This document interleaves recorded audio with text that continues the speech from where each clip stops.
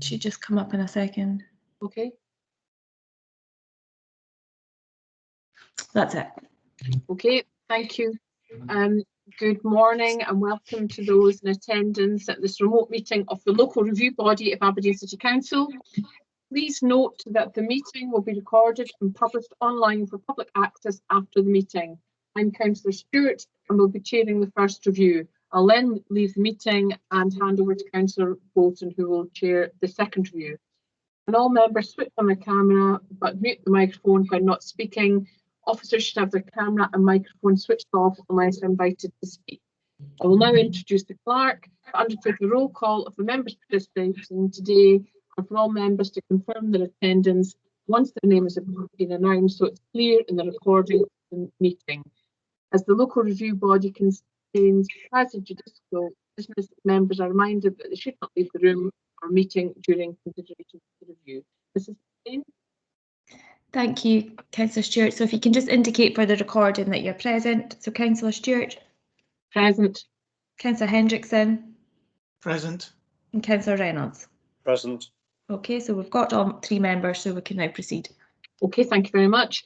So this meeting has been convened in response to 2 requests for review of the decision taken by the appointed officer under the Council scheme of delegation. Members of the local review body have before them copies of the review documents as listed in the notice calling the meeting. I will now ask Mrs. McBain, the Assistant Clerk, to outline the procedure to be followed in the conduct of these reviews. Mrs. McBain? Thank you, Councillor Stewart. Members have the procedure note which was circulated with the meeting papers and is intended to set out the wider framework within which the review process operates. From this, it is clear that the first task for the review body is to come to a decision on whether the review documents contain sufficient information for the case to be determined without further procedure, and by that it is meant without further information or representations. To assist, I feel it would be helpful to mention the following. Firstly, that the regulations governing the local review process require that all matters which the applicant intends to raise in the review must be set out in or accompany the notice of review. Secondly, that the focus of the review should be on the basis of what was before the appointed officer when a decision was made, and only in exceptional circumstances will new or additional matters be permitted to be taken into account. Thirdly, to note that the modernisation of the planning system, which included revisal of the planning appeals process, of which this local review body is part, removed the previous right on the part of an applicant to insist on a hearing and replaced that with the local review body, providing them with the power to choose a procedure which more accurately reflects the facts and circumstances of the individual case. And lastly, that guidance issued by the Scottish Government's Chief Planner in 2011 stated that reviews by local review bodies should be conducted by means of full consideration of the application afresh. This review should take the form of a structured discussion led by the chairperson to consider the matter set out in the notice of review before you, and I would conclude by drawing your attention in particular to points 10 to 12 of the procedure note. Thank you. Thank you, Mrs. McBain. I'm happy to proceed. Members, are you happy to proceed? Okay, nodding.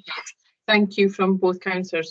So turning to the consideration of the first review in respect of the decision to refuse the application for the erection of a single-storey extension to front at March Bank, 11 March Bank Road, planning reference number 201620/DPP. We will now hear from planning advisor in attendance, Mrs. Lucy Green, who provide us with a brief description of the application proposal and a reminder of the reasons why the application was refused. I would point out, as obviously I know that you know, that Mrs. Green, who attends today's meeting, is to provide us with necessary professional planning guidance because she's not been involved with the earlier consideration of the planning application under review. Ms. Green will not, however, be asked to express any views on the merits of the proposed development, and in her effect, her role will be a neutral one involving the provision of factual information and guidance only. I know, members, that you know all this information, but as this is each application is different, so it's important that we clarify that for the recording and for those that will be hearing it later. So, Ms. Green, can I please turn to you to describe the application in context, please. Yes, thank you. I will just share my screen.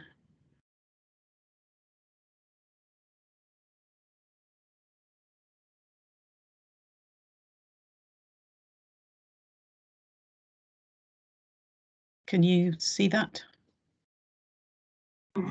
Yes, thank you. Yeah. Okay. This is a review into the application, the refusal of the application for the erection of the single-storey extension to the front at 11 Marchbank Road, Fieldside. The application to the LRB was received within time and in the correct form, and the drawings submitted are now consistent with each other. In addition to submission of the supporting statement, the applicant's agent in the application for review has identified a site visit as being needed to fully appreciate the nature of the site, as it doesn't front onto a public road, and members may consider how familiar they are with the site and area. I'll just describe the nature of the application. So the site is located on Marchbank Road, where the plots of houses on the south side abut the D-side way, just down at the bottom.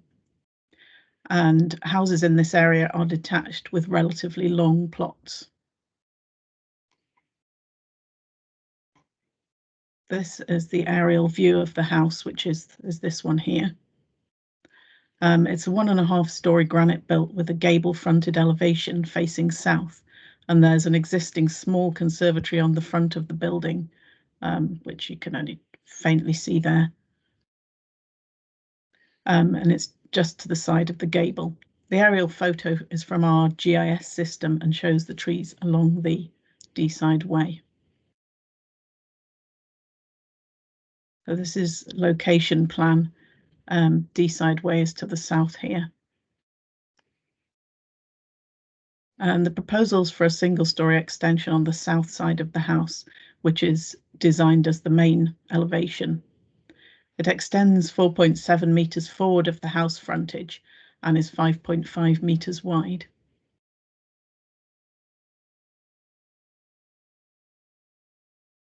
This is a photograph showing the south front elevation of the house with the existing conservatory porch.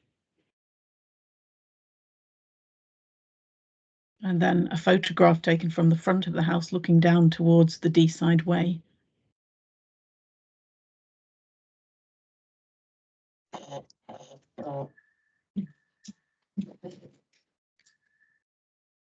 Sorry.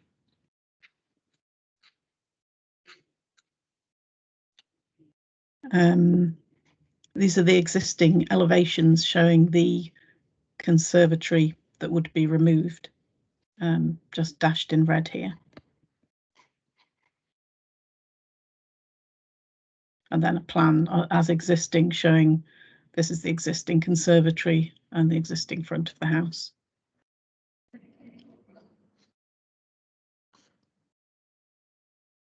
And this is the plan showing the proposed extension, which contains a bathroom and conservatory with folding doors to the side, just here, opening onto decking. And then there's a window to the front with timber cladding to the side. There's the elevation.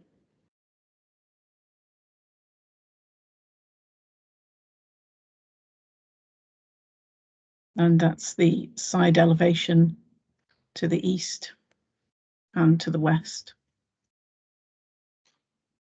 And the existing north elevation with where you would just see the back of the proposed extension here at the side. And a 3-dimensional image there. That's the roof plan. And some photographs that's looking, well, the front of the application house would be here to the side, so it's looking back up the garden and towards the neighbour.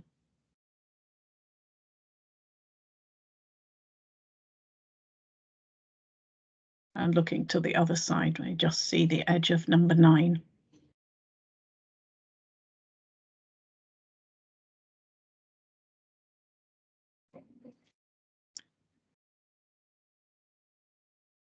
So the reason for refusal, which I'm not going to read, it can be summarised as firstly, the proposal would not be architecturally compatible due to its projection forward, covering the principal gable and roof pitches, and would detract from the character and appearance of the house. Secondly, is how it relates to the surrounding area and the historic pattern of development. And the reason states that an undesirable precedent could be set for extensions to the front of these properties. And thirdly, it states that the proposal would be contrary to policies D1 on design, H1 on residential areas and the Householder Development Guide, as well as similar policies in the 2020 LDP.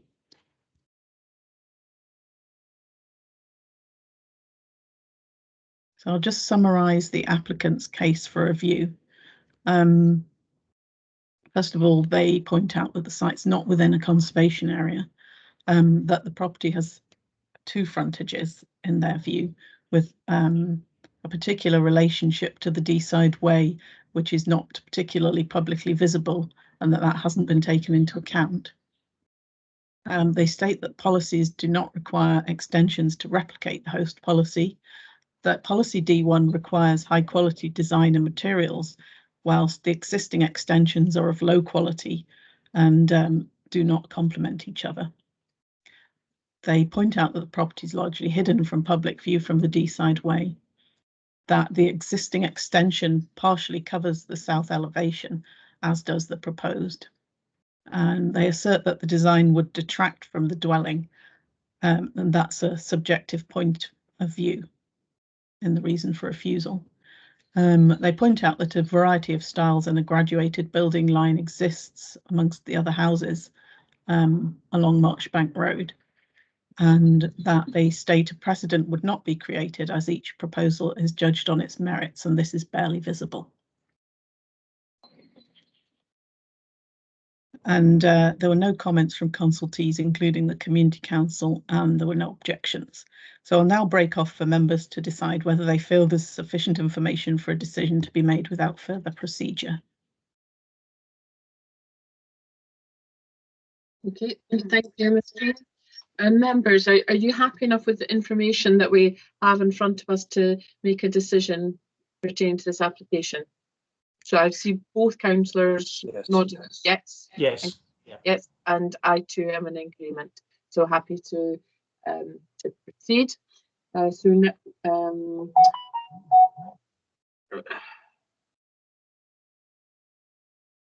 Right. So I think actually, just for the recording, I'll just say that Councillor Reynolds and Councillor Henriksen have both agreed that they have sufficient information to proceed, as do I. So Ms. Green, would you like to look at the relevant policies and considerations for this review? Yes. That's the correct next step we're on, isn't it? Yeah. Yes. I'm using both my screens, that's why I'm turning. So. Okay. So first of all, the site's zoned within an area that's covered by policy H1 residential areas. So the matters for consideration under that policy are, is this overdevelopment? Secondly, would it have an unacceptable impact on the character and amenity of the area? Would it result in the loss of open space? And does it comply with supplementary guidance? And that, in this case, that would be the Householder Development Guide. So turning to the Householder Development Guide, there is general policies in that. And the first one of these is whether the proposed extension would be architecturally compatible with the original house and the surrounding area. So in terms of that, you would be looking at how it relates to the features on the rear of the existing house, how it sits on the front of the house, and then at the building line of surrounding houses. Would it dominate or overwhelm the original house? is there an adverse impact on privacy, daylight and amenity? Taking into account that any approvals that predate the guidance would not be a precedent. Looking at the footprint of the house and whether it covers more than 50% of the rear or front or rear curtilage. Obviously, those two last points don't apply in this case. So turning to the specific guidance for front extensions on houses, it states that these would only be acceptable where they would not have a negative impact on character and amenity of the house itself and the surrounding area. That established building lines should be respected, that the extension should be compatible with the original dwelling, and that modest porches, which are what's highlighted as appropriate as front extensions, they should not incorporate additional rooms, and that they should incorporate substantial proportion of glazing. Policy D1 relates to design, and it really considers high quality of design and how the proposal would relate to the existing building in terms of how the extension would sit on the building, its siting, etc. So points for consideration in determining the review. First of all, the zoning policy. Does the proposal comply with the tests set out in policy H1? So those would really be the two on the character and amenity of the surrounding area. In terms of design, the siting on the building, and then in terms of front extensions, the proposal involves an extension on the principal elevation of the house, which is not generally accepted by the Householder Development Guide. So do members consider that there is anything specific to the context here which would mitigate the adverse impact on character or visual amenity? And the final two questions to ask: does the proposal comply with the development plan, and are there any material considerations that outweigh the development plan in this instance? Okay, thank you.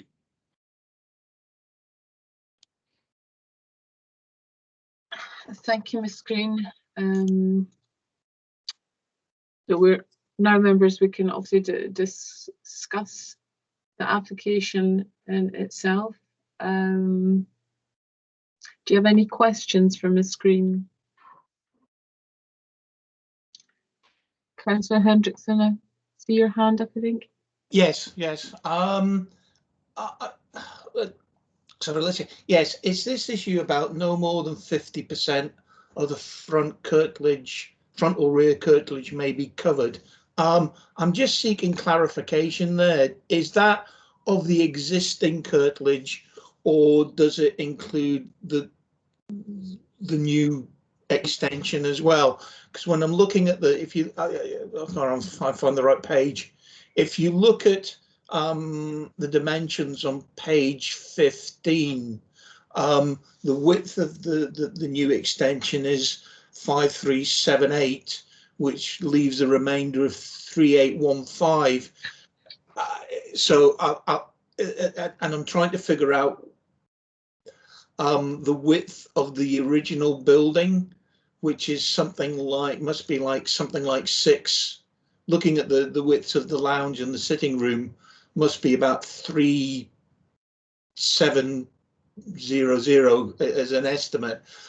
So the 538 of the new thing would be over twice the width of the existing building. Am I correct in that, or is it or yeah? That policy is looking at the curtilage, meaning the area of the whole plot.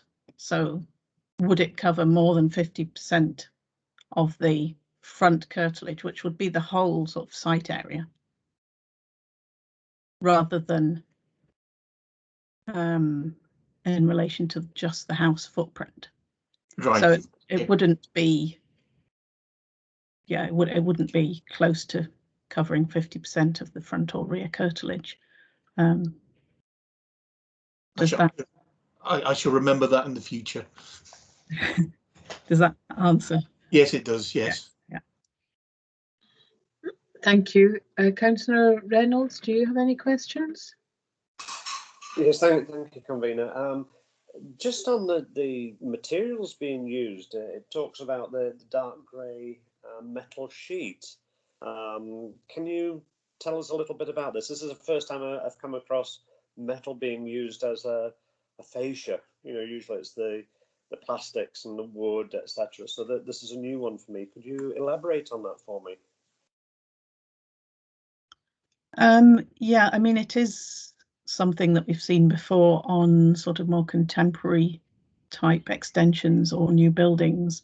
It would, I mean, we obviously haven't got the full details of the material, but it would be, I mean, it looks like a smooth kind of sheeting that would cover the front of the fascia there and the sides of the extension.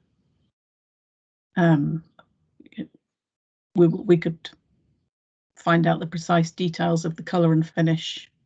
If the application were approved, that could be conditioned. Okay. But it is something we've seen before on contemporary type extensions. And this type of extension on a traditional granite house is normal nowadays, or?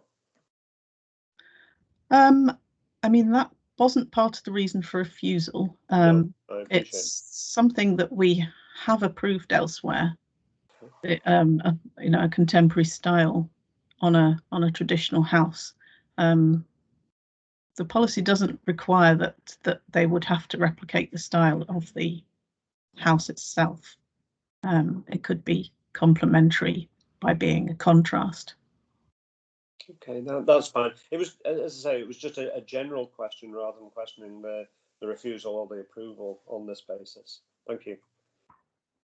I myself, Councillor Reynolds, would be aware that in the wider West End, there are a number of properties that have aluminium or what appears to be zinc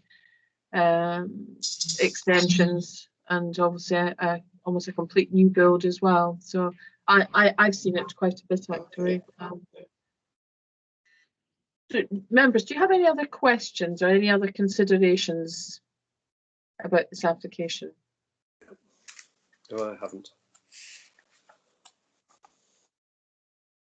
Councillor Henriksen?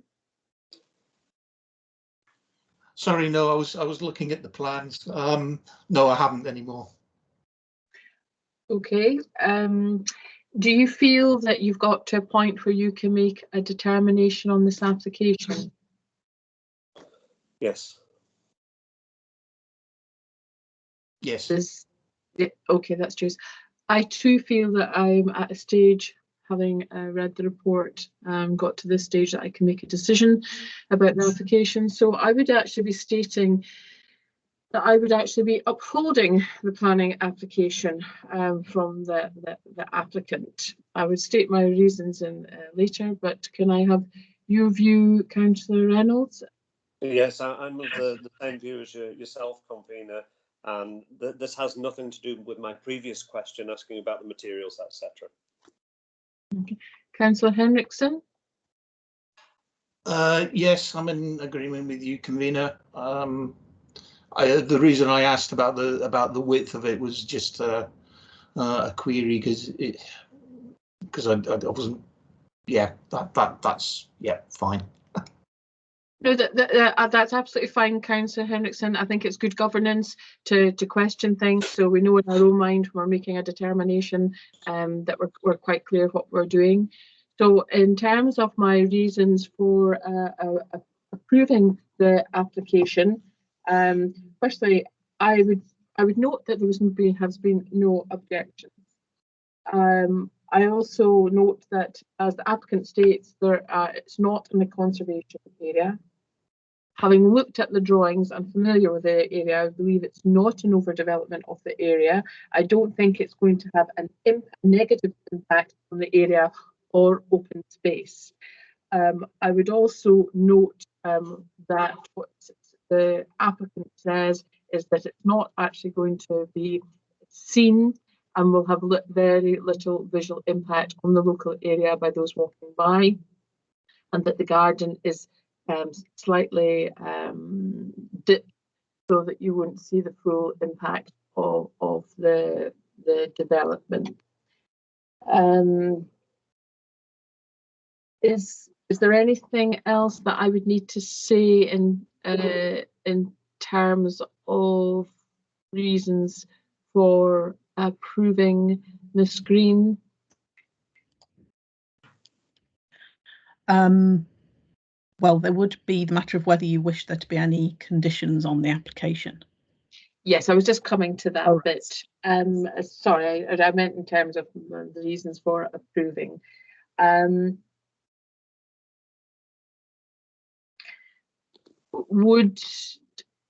Given that we're aware of other applications that would use that form of material, do you think it would be prudent to put a condition on that, or do you think we can just accept it? We could put a condition on that just asked for the specification of the materials. That, yeah, I would recommend that you did that. Okay, so I'm happy to do that, and trust the other members are too. What I would say, you know, on reflection of reading the report, although the determination was refusal in the report, I got the feeling, the way it was written, is that it was almost hard to justify a refusal, because there was many sections for myself, and I would highlight particularly on page 34, that it's saying it's not for this reason, intensity of use, it's not about the over percent, it's not about the contemporary design. And on one side it says about a precedent being set, but yet we also know that each one is on its own merit. I'm just highlighting those points. So happy to approve the application with the conditions you set in the screen of checking the specifications of the materials. Could Councillor Reynolds, sorry to interrupt, if Councillor Reynolds and Hendrickson could just give a little reason for theirs as well with the policies. Okay, I think Councillor Stewart has covered everything that I would have covered anyway. So I'm quite happy to agree with all the points that she's raised, particularly as far as the type of material being used, because as a lay person, it was a new one for me, and I think for the officers to get clarification on that, I think is important. Thank you. Okay, thank you. Yes, I'd have to agree with Councillor Stewart and Reynolds on this. I think it's not overdevelopment as such, and I'm more excuse me, I'm more than happy for it to be approved. I agree with both Councillor Reynolds and Stewart. Okay. So for the recording, will I just quickly run through what we've agreed? Yes, that's fine. Okay, so the application will be approved with a condition that will be on specification on materials. And all members are happy to approve that. Happy to approve. Okay, thank you. Okay, so just for the recording, I will be now leaving the meeting and handing over to Councillor Bolton. Thank you very much, Councillor Reynolds and Councillor Henrickson, and to the clerks. Thank you very much, and to Ms. Green. Thank you. Bye now. Bye. Thanks, Councillor Stewart. Hello, Councillor Bolton. I'm just inviting in Gavin, 2 seconds. Okay. Hi, John. Hi, Dale. Good morning, Mary. Morning. I know I look slightly ghostly, like I think it's a reflection from the window, so hopefully you can see me enough. Hi, Gavin. Hi, Gavin. Okay. You're on mute, Gavin. Sorry, I didn't realize I was on mute there. Morning, everyone. Okay. Morning, folks. Okay, we'll just move on. So now turning to consideration of the second review in respect of the decision to refuse the application for the formation of the timber decking with external steps to the rear, which is retrospective, planning reference 201317. We will now hear from the planning advisor, Mr. Gavin Evans, who will provide us with a brief description of the application proposal and a reminder of the reasons why the application was refused. I would point out again that Mr. Evans attends today's meeting to provide us with the necessary professional planning guidance because he's not been involved in the earlier consideration of this application under review. Mr. Evans will not, however, be asked to express any views on the merits of the proposed development, and in effect, his role will be neutral, one involving the provision of factual information and guidance only. And if I can hand over to you, Mr. Evans. Thank you, convener. Just be a second while the presentation loads up. Okay, that's there. You're fine. Perfect. Thank you.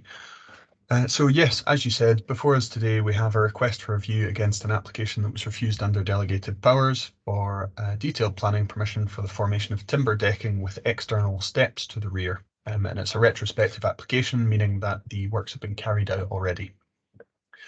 The application concerns 27 Birkhall Place in Aberdeen, and the review was found to have been submitted with all necessary information and within the time limit of 3 months following the appointed officer's decision. No new matters have been raised in making this review, and the applicants have requested in this case that further procedure is undertaken by way of a site inspection by members. The purpose of that being to see the context of the surrounding gardens and the neighbouring properties decking. We'll come back to that question in a moment. So just in terms of the site location, a brief description, the application cites a residential plot which is located on the northern side of Birkhall Place in Maastricht and comprises a 2-storey mid-terrace dwelling with associated front and rear garden ground. This application specifically concerns the rear garden and the works that have been undertaken there without first obtaining planning permission. The rear gardens of this row of properties sit lower than the internal ground level of the house. I'll flick through to some photographs that maybe better match with what I'm saying here.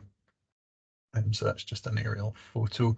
You can see of note there is the way in which the gardens of these properties sort of taper to the rear. So the relationship between these as they all converge is sort of central to the appointed officer's consideration here. So yeah, these photos have very helpfully been provided by the applicant, give an indication of the decking that we're looking at. So as I was saying, the rear gardens of this row of properties sit lower than the internal ground floor level of the houses, such that there are ordinarily steps down from the back door to the level of the garden.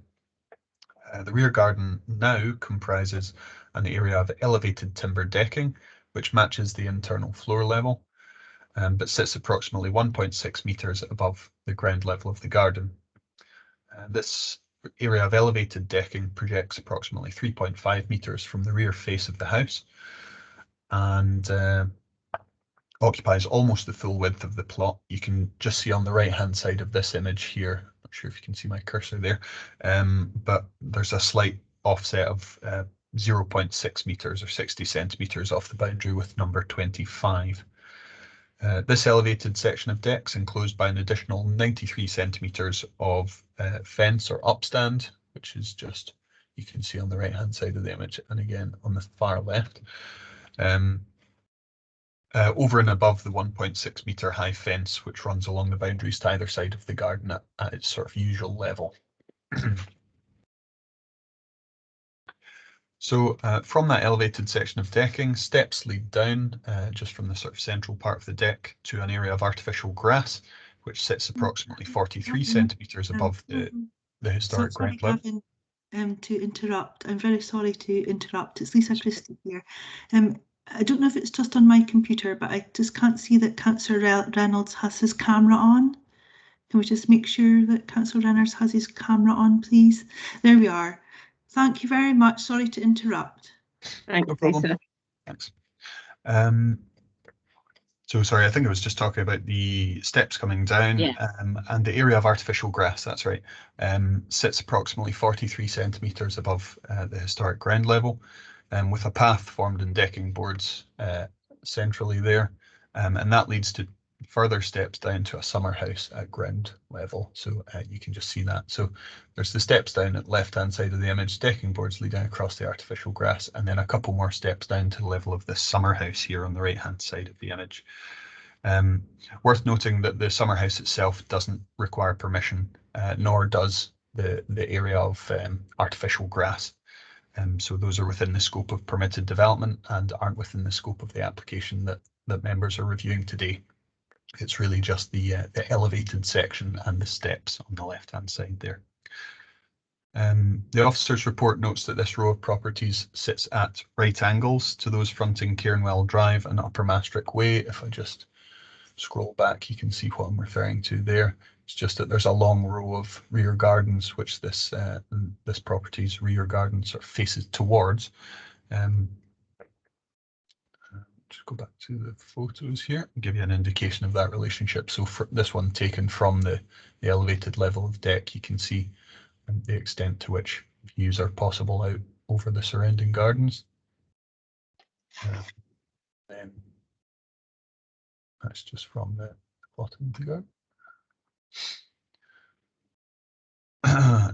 On the right hand side of this image, you'll see that there is existing decking to the neighbouring property here.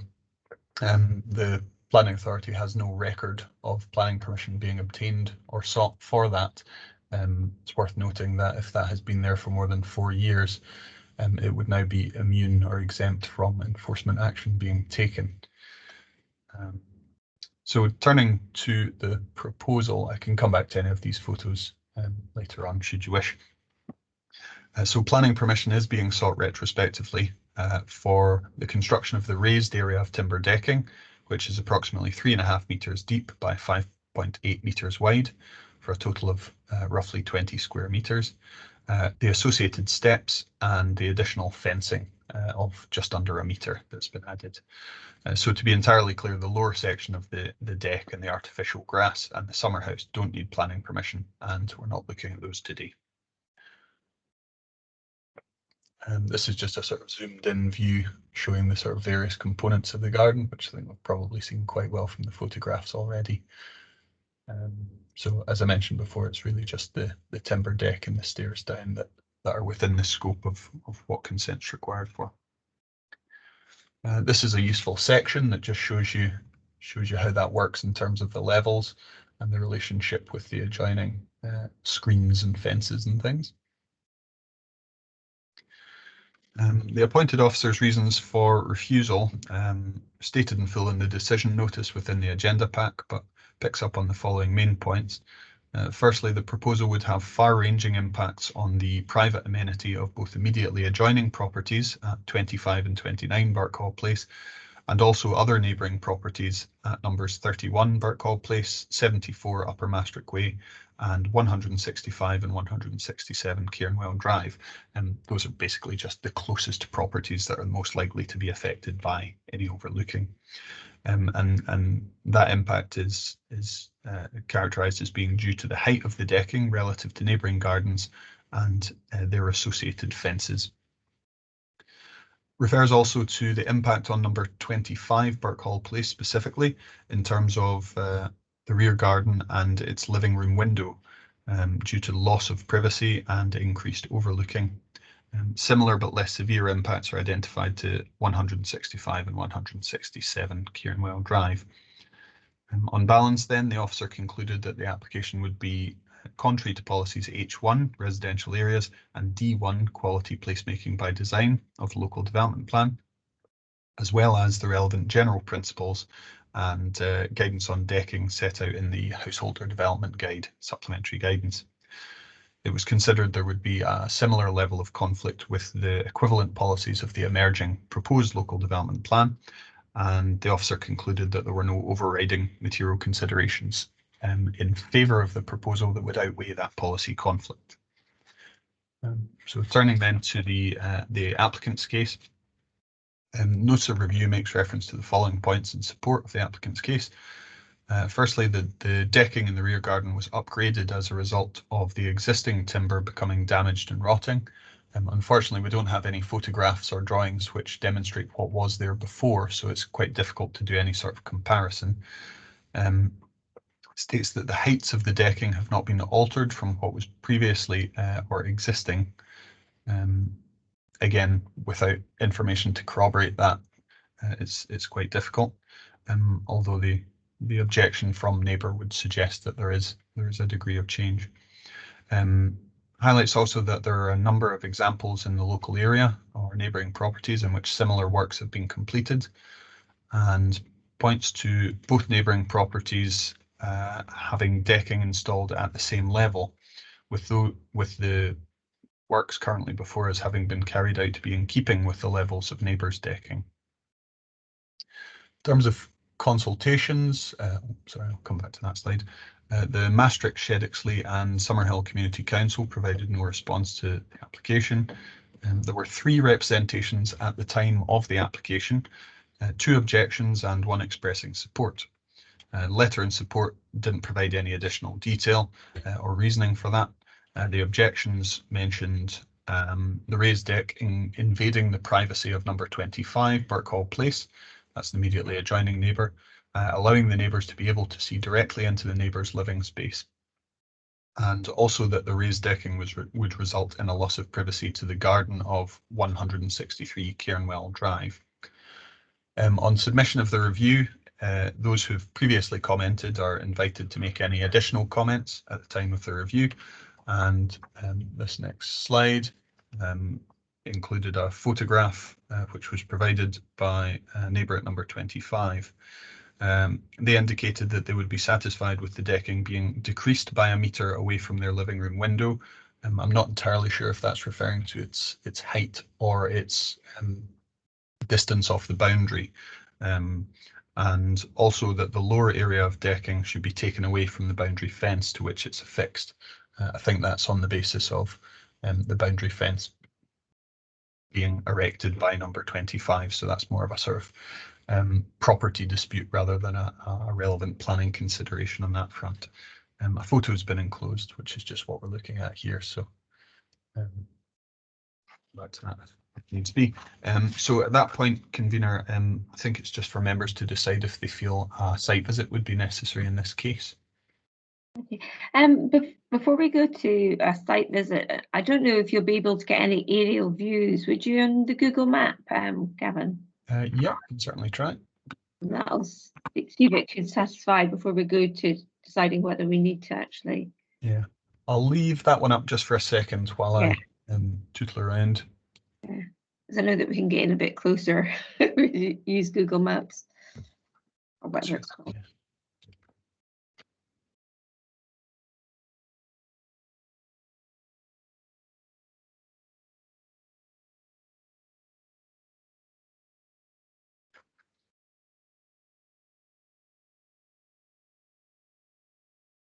Excuse me.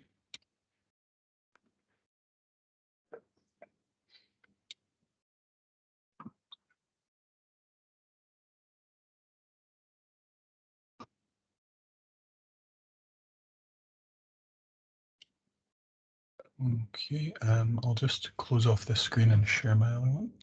Okay, thanks, Gavin.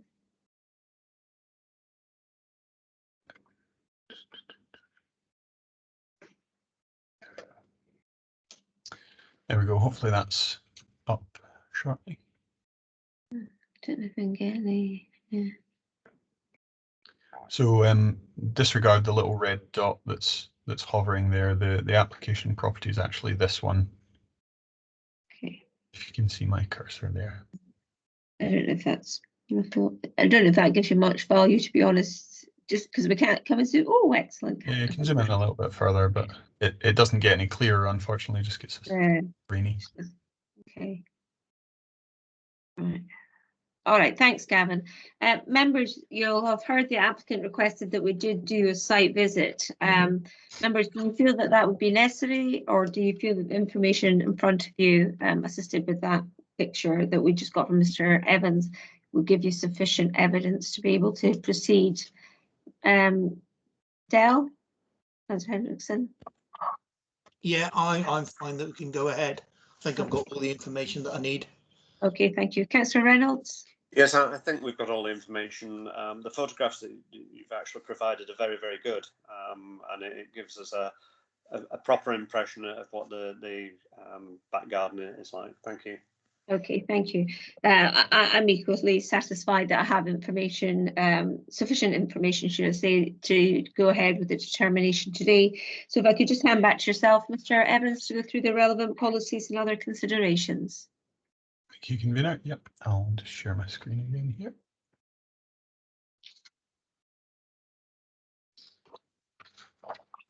Okay, so yes, in terms of policy considerations, first and foremost, policy D1 relates to design quality and requires that development be of a high standard of design, which demonstrates an understanding of its context. Also sets out that proposals will be assessed against these following 6 essential qualities listed here. As I've mentioned on other occasions with the LRB, some of these are perhaps more relevant to, residential layouts and things like that rather than domestic additions. So and just bear that in mind. In terms of zoning, the application site is within a larger area that's zoned as an H1 residential area, and sets out, and policy H1, excuse me, sets out a number of criteria that new development should satisfy in such areas. First and foremost, is this overdevelopment of a given plot? The officer's report concluded that whilst much of the rear garden would be developed in some form by this proposal, it is nevertheless still available for use as an outdoor amenity space. So it's not like a great big extension just occupying the whole footprint. And on that basis, considered that the proposal wouldn't represent overdevelopment of a plot. It's obviously open for members to come to their own view on that. Secondly, would it have an unacceptable impact on the character and amenity of the area? Again, the officer's report in terms of character mentioned that the proposal takes place to the rear of the property and is largely screened from view from public areas. So in that sense, the wider impact would not be so great, but did note that such decking doesn't appear to be a common feature of nearby rear gardens, and the unauthorised one immediately next door notwithstanding. In terms of amenity, the officer's report identified an impact at the immediate neighbours at numbers 25 and 29. As well as properties, the closest properties on Cairnwell Drive and Upper Maastricht Way, albeit to a lesser extent, and refers to a loss of privacy due to the elevated height and the absence of screening, or the reduced effectiveness of screening, as well as the relationship with the living room window at number 25, which if I just scroll back, you can get a sense of from the photographs. So this is the living room window. Number 25 just there, and I think the concern is that when sitting on this deck, the upstand here, or when using the deck, isn't sufficient to provide privacy to looking back into that window at quite close proximity. What's the distance of the space, sorry, Gavin, between the fence, the upright, and the, if you like, the neighbouring fence? Because remember there was the gap. There's a small gap. I believe it's 0.6 meters, so 60 centimeters, length of 2 normal rulers, really. So not a lot in it. Okay, thank you. So going back to policy H1 and its tests. Next up is, would the proposal result in a loss of open space? This is a private residential curtilage, so there's no public open space affected. And lastly, would it comply with relevant supplementary guidance to the development plan? We'll just turn to that one next. The relevant guidance in this case is the Householder Development Guide. So the Householder Development Guide firstly sets out a series of general principles that all domestic alterations and extensions and the like should adhere to. These state as follows. Proposals should be architecturally compatible with an original house and the surrounding area in terms of their design, scale, etc. So there's a matter of judgment there on how sympathetic you feel this is in design terms. Should not dominate or overwhelm the original property, which should remain visually take precedence visually. Again, this is located to the rear, not visible from the street frontage, so its wider impacts perhaps not so significant. Proposal should not result in a situation where the amenity of neighbouring properties would be adversely affected. So, for example, in terms of privacy, loss of daylight, or general amenity impact. Again, a matter of judgment involved there, but this appears to have been central to the appointed officer's decision, the impact on amenity arising from overlooking of neighbouring gardens. The elevation of the deck has the effect of reducing the intended effect of boundary fences and the like, and offering clear views over and into neighbouring gardens and indeed towards windows of one property in particular. Approvals predating this guidance do not represent a precedent. The applicant has cited the decking at neighbouring properties without giving a sort of exhaustive list of the ones they mean. But certainly ACC has no record of permission being sought or indeed approved at the two adjoining properties. If decking has been there for an uninterrupted period of more than 4 years without enforcement action being initiated, then it would be lawful in planning terms, and it has the effect of being like you had planning permission. The footprint of the dwelling as extended should not exceed twice that of the original house. In this case, there's no extension to the footprint of the house proposed. Lastly, no more than 50% of the front or rear curtilage shall be covered by development. So again, not really increasing the footprint of the house itself, and the deck is simply an alternative to a soft landscaped garden, sort of akin to a patio, really.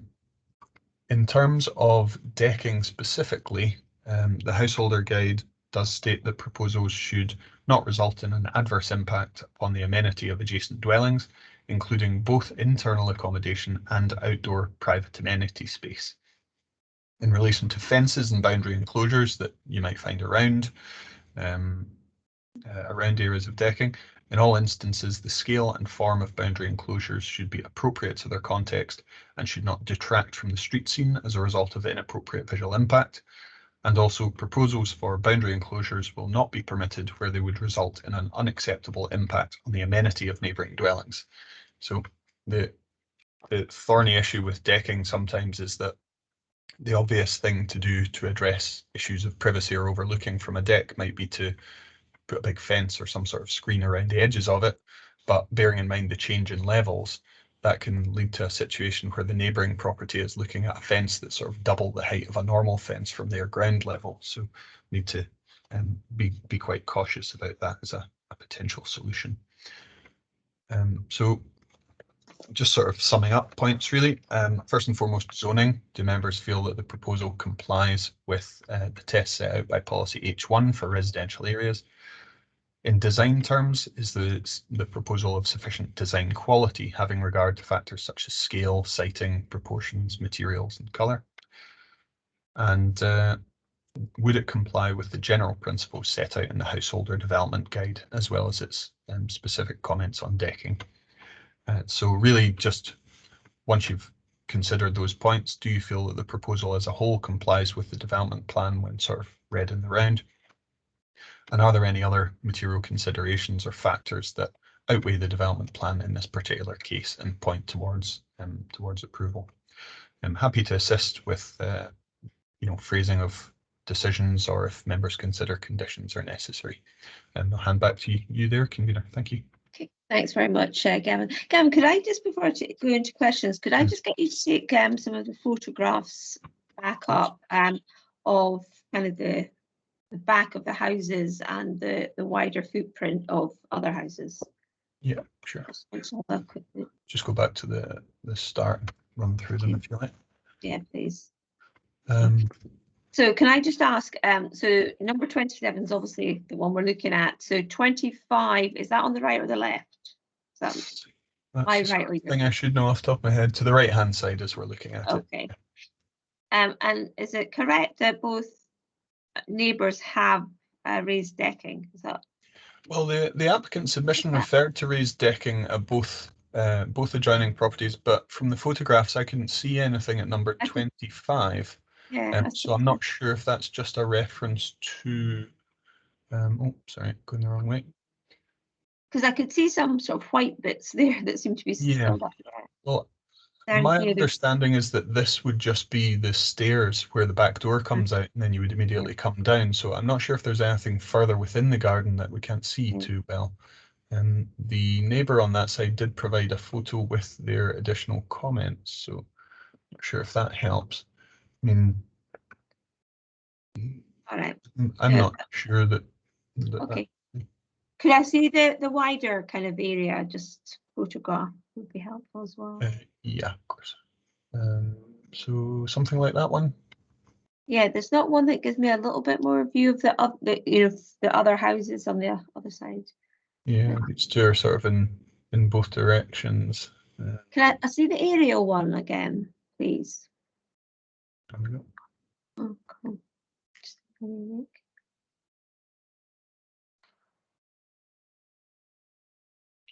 Just a quick glance. Okay, thank you. That's helpful. Questions for Mr. Evans? Dale, you? Yes. Sorry, you've changed the photographs on me. I was looking at the one on page 81. With regards to the area, I know the area reasonably well, and looking at the roof lines of the houses on both sides that go down from the house, it's on quite a slope. So would the impact of the decking being at that height have an additional impact on particularly the house that you're looking across there, the one I was about to point on it on my screen, which was pointless. So it exasperates the height of the deck that we've actually got and increases the intrusion. Yes, I think that's a fair point, Councillor Henriksen, because the properties, if we go back to here, because the properties fronting onto Birkhall Place here are on the higher ground, it means they're already in a position where there's perhaps a degree of looking out over the properties to the south, and this decking does seem to exacerbate that. Okay. Any further questions, Councillor Henriksen? I'm thinking at the moment. All right, okay. I'll take in Councillor Reynolds while you're thinking. Councillor Reynolds, have you got any questions? Thanks, Convener. Yeah, just I suppose a general question. This is a retrospective planning application, and Kevin, you mentioned the 4-year rule. So I'm assuming that this decking went in less than 4 years ago. Would that be correct? Yes, I believe so. I think it was brought to our attention as a result of a complaint, and then the applicant was invited to make an application. That's usually the first step in sort of following up on complaints of unauthorised work, is to invite an application to be made, and then once a decision's been made by the appointed officer and gone through any appeal route, then the planning authority has the option to consider whether further formal action is warranted. Okay, and you mentioned the two neighbours on either side are concerned about the privacy, etc., being able to look into their windows. You also mentioned that the only real way around that is to extend the fencing, which would, do away with natural light going in next door as well. Is one other option actually to put opaque glass or perspex on top of the existing fence? So at least there's natural light coming through, rather than putting a solid structure like extending the fence itself. Yeah, I think that's a fair point. Something like opaque glass would have the effect of providing some screening, but allow for natural light still to penetrate. You would still have the issue of the increased height when seen from the other side of the boundary, which I guess would be most likely number 25 here. So they'd be looking at a 1.6 metre high fence that's already there, and then whatever additional height is required from deck level. So potentially, for argument's sake, double that. So 3.2 meters worth of enclosure of some sort, which you could view as being oppressive. Can I just ask a question around the fact that they've stepped it back by just over half a metre, we reckon, which could allow for some plant, tall sort of shrubs to be put in that location, because that's the one it's adjacent to, isn't it? I'm just wondering how kind of, I mean, I know the suggestion is that they feel that the privacy of their back window is compromised, but I'm not quite sure I'm going to follow that logic, given that they've got blinds, curtains, and it's got probably about a metre between, maybe a bit more than around a metre roughly between the two. And you'd have to really strain to be able to look into that property. Now, again, going back a few years ago, a lot of certainly the layouts of back gardens by the council was kind of the mesh low level fencing, so that there was shared gardens. Give me a moment. I just inhaled, sorry, a seed that had it was in my mouth. Excuse me. Yeah, so you know, I suppose what we look at in terms of privacy now. I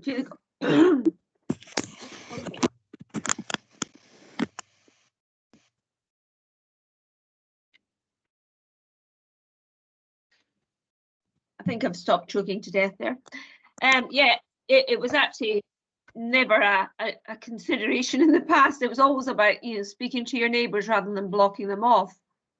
So, you know, I know that's why I'd asked for the aerial, because I know that I've been around one or two bits around Summerhill and things where it has been just that low level fencing grid, kind of council fencing that they had between back gardens, so that people actually engaged across their gate. So I'm just trying to think, that's why I asked to see the aerial, to see how much of that still existed in that particular envelope of houses. Adele, you were asking a question. Sorry about that. It's getting the microphone switched on. I've actually got a couple of questions now. I noticed on page, it's very clear on page 81, and I noticed it on the page that you're on at the moment. Is that actually a small patio door that leads out onto it? Yes, it certainly looks to be, Councillor Henriksen, yeah.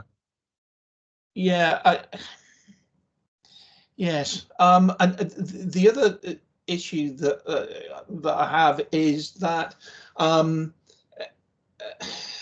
it's not only the closeness of the window of number 25 with regards to people looking in. Would noise from people sat on that patio be an intrusion as well, regarded as an intrusion? It potentially could be, yeah. I think the likelihood is that with decking and furniture sat there at an elevated position closer to the window than they otherwise would have been, it makes that particular part of the garden somewhere that people are likely to linger and spend time and have conversations and things, whereas that may not have been the case previously. And as I said, it's quite difficult for us to know exactly what the arrangement was before without photos or plans, but yeah, I think that's a fair point. Mm-hmm. That's everything. Okay. So, sorry, Gavin. So those doors, I'm just wondering if, because given that they're a complete change to what was there before, it was obviously a window before, just looking along.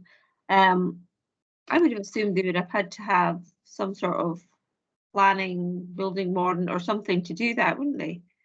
I'm just thinking, because if we took, No, for a dwelling house like this, the permitted development rights that apply would allow you to do that without permission.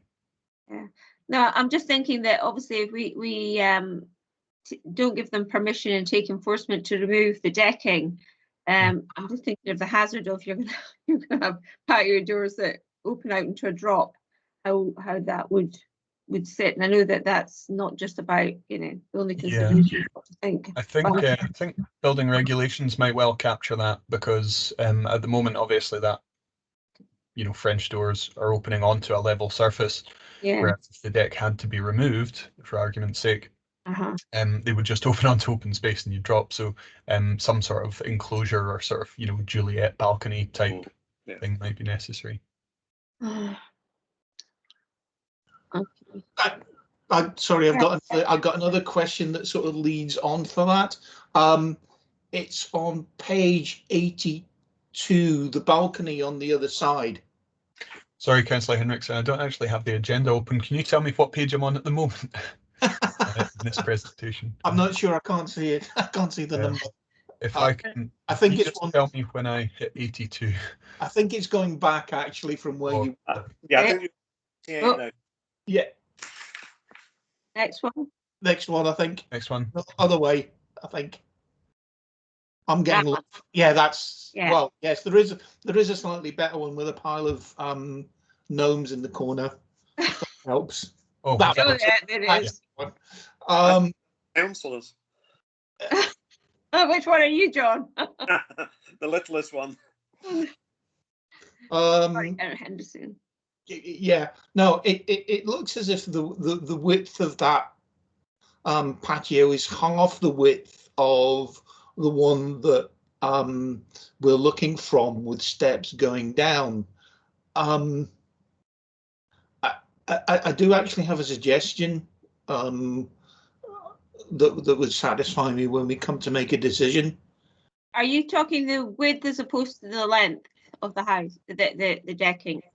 Yeah, I'm looking at the width of the one next door. So is that the distance that is projecting out from the rear face of the building? Yes. Yeah. Yes. Yeah.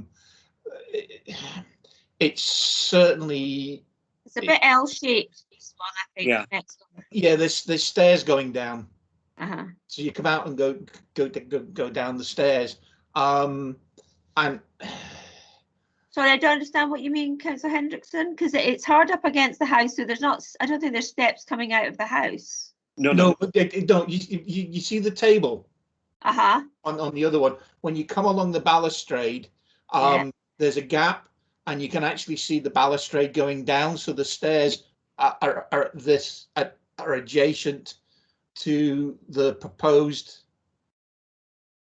Yeah, I think it's as you were saying, Maria. It's like an L shape. Yeah. At the end of the L shape, you've got the stairs going down away from this property. Yeah, so it's pointing towards the if you like, the houses on the back of the picture. Yeah. Yeah. I looking at it, I think, bearing in mind that we've got the patio doors, I think possibly, I don't know if it would be possible to approve. Well, am I talking in the right time now, or do we have to? No, it's okay. I mean, I think what you have to remember is we've got to deal with the application that's before us. We can't say, well, cut this bit off and stick this bit on, that we're happy with that. We have to determine what's before us. Okay. Just if that helps. Yes, I know it gets quite confusing because it's easy to try and find, solutions. Yes, yeah. But unless it's something that's a simple that can be addressed through a condition, it's not about remodeling. Okay. Thank you for that. I'm still learning. No, it's okay. I've been doing it for 15 years, and there's a lot still to learn. Right. Is there any further questions for Mr. Evans? Just one, if I may, Mary. Again, following on what Dell's highlighted here with the decking next door, the objection coming from that particular neighbour, are they concerned about the privacy side, or is it just the neighbour on the opposite side that's concerned about the privacy? I'm not sure I have a sort of breakdown of which comments came from which property, but if you could give me just a second, I should be able to get that up, Councillor Reynolds. Because the concern that I would have there is that if they're complaining about the privacy, it looks as if the decking's roughly the same sort of height, and I couldn't see a point that's worth taking into consideration, whereas I would take it into consideration on the other side. Yeah, off the top of my head, I think the complaint about the relationship with windows was principally coming from the other side at number 25, but I'll just double check. Yeah, that I can understand.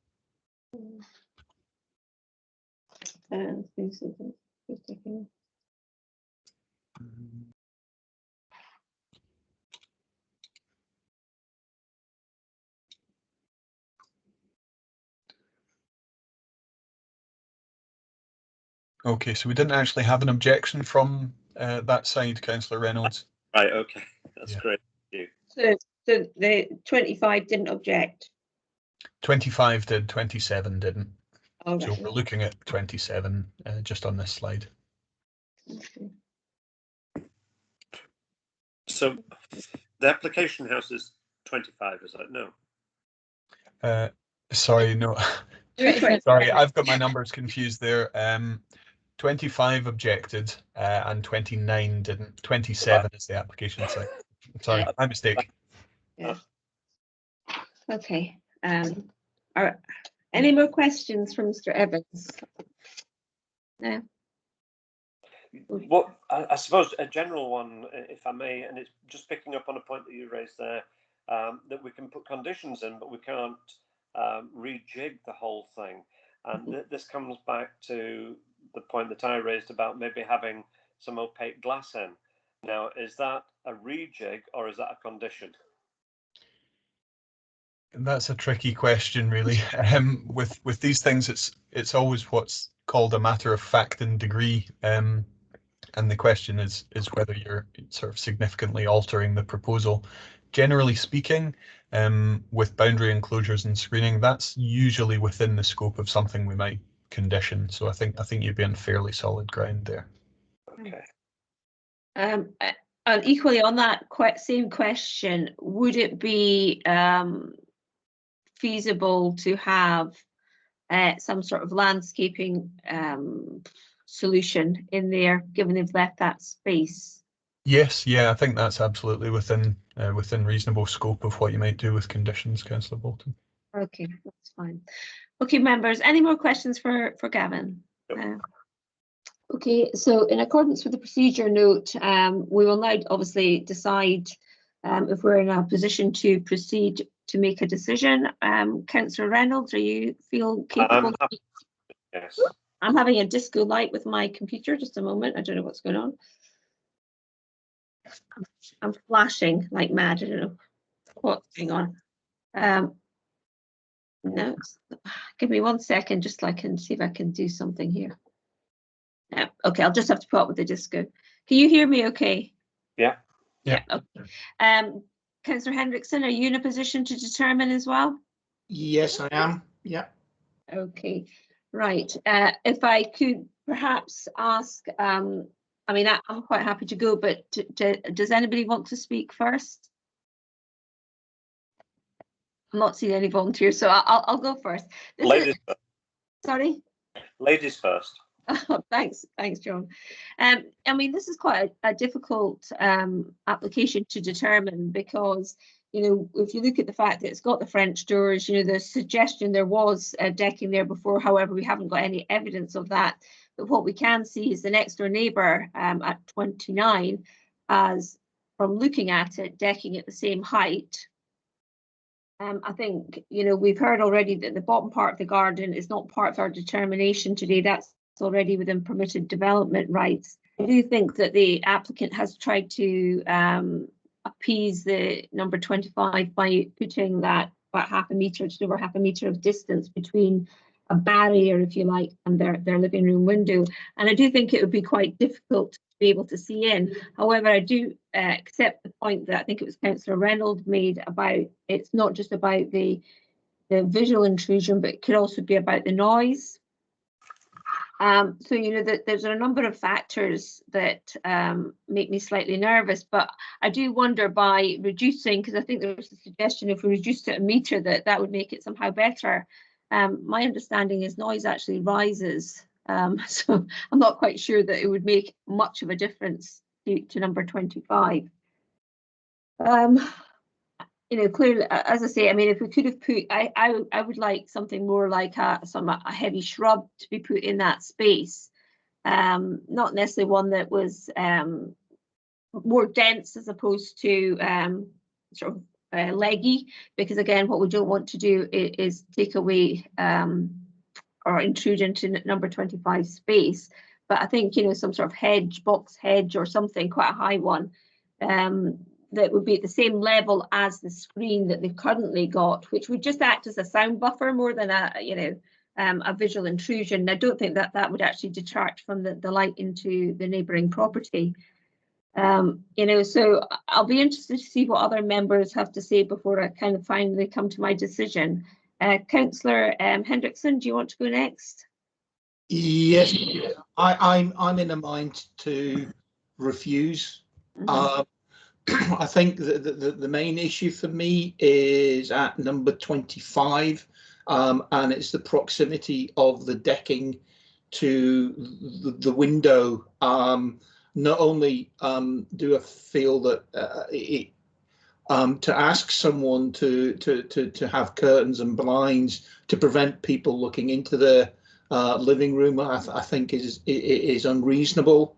Sorry, Councillor Hendrickson, just to say, I didn't ask them. They've already got them from the picture. I wasn't suggesting that be a part of a condition.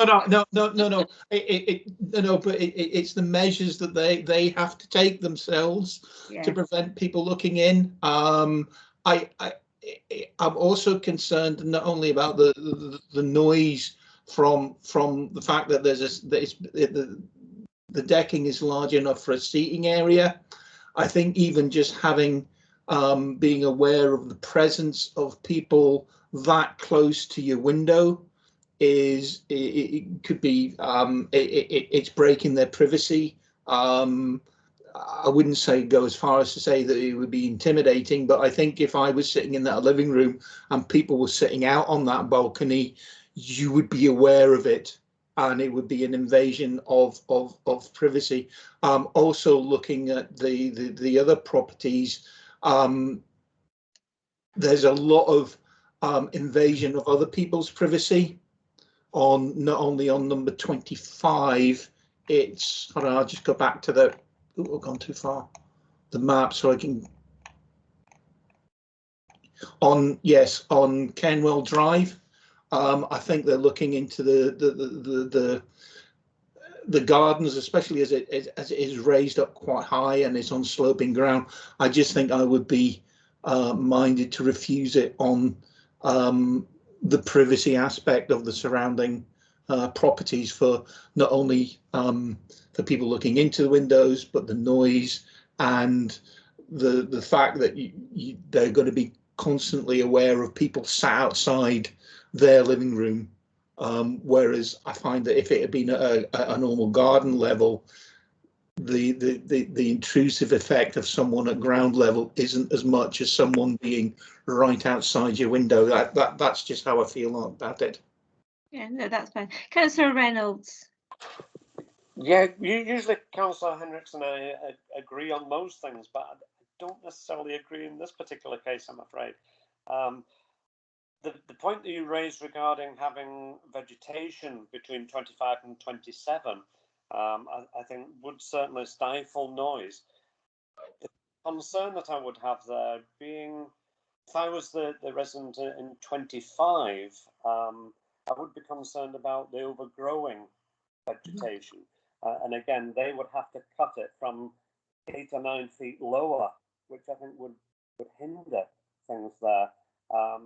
Certainly, if we could introduce a condition regarding opaque glass to maybe a height of 1/2 metre, I think would probably cover from a privacy point of view. That I would prefer to go along with. If we can't do that, then yes, I would probably agree with Councillor Hendrickson. But that's down to advice from Gavin. If that would be a way forward as far as having that opaque glass. Gavin, can you maybe give some comfort to Councillor Reynolds about the appropriateness of that suggestion? Yes, I think introducing some opaque screen of some sort along the top edge to just increase that height slightly without, fundamentally taking away light. That's something I think we could do via planning condition in this case. Okay, that would be fine. I mean, I understand what you're saying, Councillor Hendrickson, but I think if you look at the layout of the back gardens, everybody is cheek to jowl, and I think that people use their back garden. Some will use it in a more reflective way. Some will use it as a party zone. I completely appreciate that, and I don't think the decking necessarily. And if you look at if you look at number 29, and actually the impact on one of their windows, and they're not actually objecting, and it's far closer, because I was a bit concerned about that to start with. But because there was no objection from them, you know, I obviously let that drop. And I think that, again, if you look at, they've got and I recognise it because they've got like a little potting station there with stuff to do. So they obviously take a pride in looking after their property. And the suggestion to me is not so much about it being like a bit of a party zone. I think it's more about just actually using the garden. Not sure about the artificial grass, but they've obviously got young children who find that more conducive to their lifestyle. I feel that we've got those patio doors there, so there's going to have to be some sort of provision to be able to accommodate. Yes, we can stick in a Juliet balcony, but you know, I don't think, given that the next door neighbour, number 29, has terrace, I'd like to call it, whatever you want to call it, already established. It would have been really helpful if the applicant themselves could have actually produced pictures of when it, as they're saying, it was previously a decked area of sorts, which again, because we don't know when the windows or the doors went in, would have actually aligned with what they were claiming. Because I think by the looks of them, they have been there a little while. I just don't think it's reasonable for us to refuse it, when I think, you know, Councillor Reynolds is provided a suggestion in terms of a perspex screen, which would then not detract from the light. It would be opaque, so they would have a level of privacy. I think that actually would give me the comfort that I'm looking for, because I do think that people are going to use their gardens, and I don't think that decked area would add to a nuisance or an impact on other people's amenity, because I think you can, you know, everybody can see each other because you're right next door. Most of them are detached. Well, I think all are semi-detached properties. So I think they're used to that kind of, that almost like, it feels like almost one large communal garden, the way they're all adjacent to each other at the back. And I go back to the point, I think previously in the council's past, it was very much about having open gardens to the neighbours so that you felt as a bigger community. Now, unfortunately, we prefer to put up barriers of high fences and high shrubs, you know, so you lose an element of that. We've got 2 objections, and I think number 25 did indicate that if we could decrease by a metre away from their living room window. Now, I don't think, and suggesting that lowering the deck, with the decking being decreased by a metre away from our window. Now, I think they've moved it already. They couldn't really move it any further over because it's right hard up against their patio doors. So I think they've moved it as far as they can.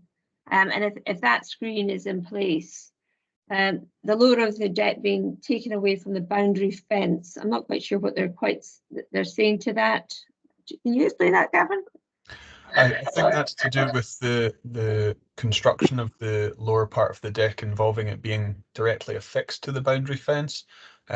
So that's not necessarily a planning matter for us to get involved in. That's more just who owns what, and a bit of a sort of civil dispute. So yeah, that's why I thought I just wanted to double check. So I think the fact that they have moved it away as far as they can away from that window, we have got a compromise, which I think Councillor Reynolds suggested, and they may well end up putting shrubs in there as well, because we can't say they can't put a potted plant in there. I think it would make it look a little bit nicer as well. So I think there could be a solution, and the fact that they've actually suggested a way forward, I think, shows that they're not trying to be completely unreasonable, and I think that the applicant has tried to meet them as best as they can. So for those reasons, you know, if you look at quality placemaking, I think if you look at what they've done in their garden, they've obviously put a lot of effort in to make it look nice and to make it somewhere they want to spend time for themselves and their family. Yes, we've got to, in H1, You know, we'll have to obviously consider the character and the amenity of the area. You know, but if you look at amongst all the gardens, they've all got different elements, from sheds to swings to, you know, and depending on whether you've got kids, you know, having next door neighbour that's got kids might be an intrusion. You know, so there's lots of different elements of gardens that we have to take in. And I know we're looking at this one application. If you look at the supplementary guidance, the household or development guide, does it dominate or overwhelm? Well, again, that's, I think, as Gavin said, a bit of a judgment call for us. Yes, there is a level of impact on the overlooking, but I think that because of the high fences and just the whole nature of the layout of the back gardens, I think, you know, you could look into everybody's garden if you just looked out your window. Because, you know, and again, Councillor Hendrickson, you made reference to the fact that it is slightly higher up.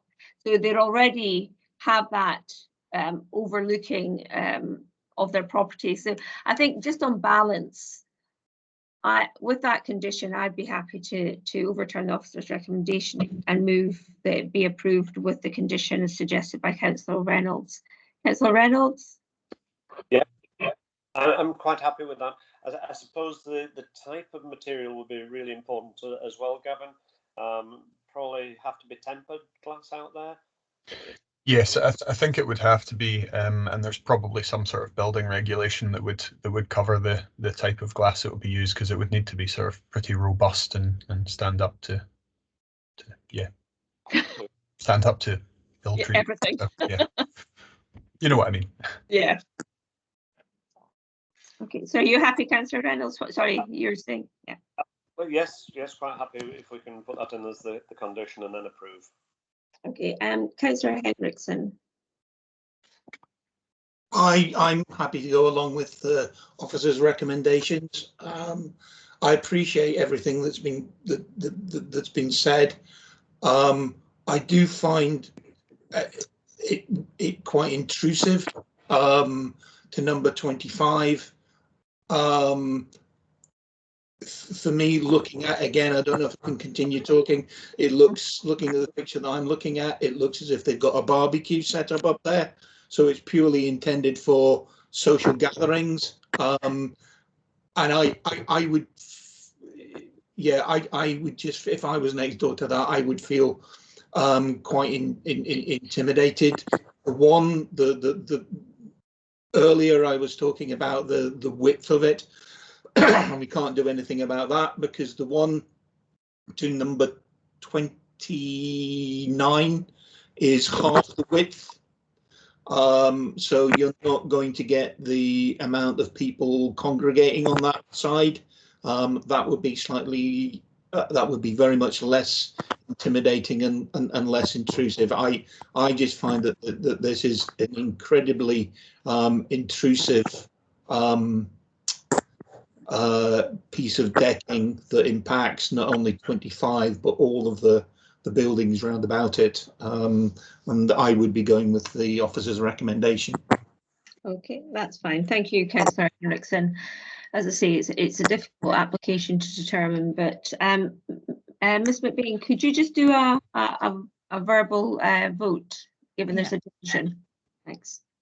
Okay, so if members could just indicate if they wish to approve the application or refuse. So, convener. Approve with the condition. Councillor Hendrickson. Refuse. Thank you. And Councillor Reynolds. Again, approve with the condition. Okay, so the application will be approved by majority with the one condition in regards to an opaque screen. Yeah, thank you. Gavin, you'll just finalise that wording. Yes, I'll circulate something for agreement. So just to be clear, members, there was no requirement for additional landscaping to accompany that. Is it just the opaque screen? I mean, I'm quite happy to put in some landscaping there, because I think it would soften it. But I'm looking at Councillor Reynolds, because I think he had a slight concern about some landscaping. Yeah, you're talking about that 60 centimetre. Yeah. If you're going to have the opaque glass on top of the fence, then you could have your landscaping between the fence and So shall we put, are you happy to put a condition on Councillor Reynolds, which, I mean, I just felt it would act as a buffer in terms of sound, yeah. So again, it would be appropriate landscaping, Gavin, perhaps, you know, it could be, because again, I'm thinking something like, you know, a dense box hedge or something that gives a little bit of a buffer as opposed to some willy-o thing that would end up having huge implications in terms of, you know, causing light displacement because it grew too big. Yeah, you wouldn't want, for example, a Leylandii that's going to grow wildly out of control. I think that was part of your concern, Councillor Reynolds. Yeah. So perhaps again, if we could maybe then put in a condition, then you could come back to us with appropriate suggestions. Yeah, that's fine. I'll perhaps use a single condition that just covers both things. Now I'll put it round members for agreement before decision goes out. That's great. Thanks, Gavin. Okay, I think that's us finished today. Thank you both for attending both LRBs. I only had to do the one. And appreciate that, you know, none of these decisions we make are particularly easy, but I think it's done in good faith and with the support of Gavin and obviously Lindsay and Lisa. So thank you all for today, and I'll see you tomorrow, Gavin, and maybe you, Lindsay, yeah?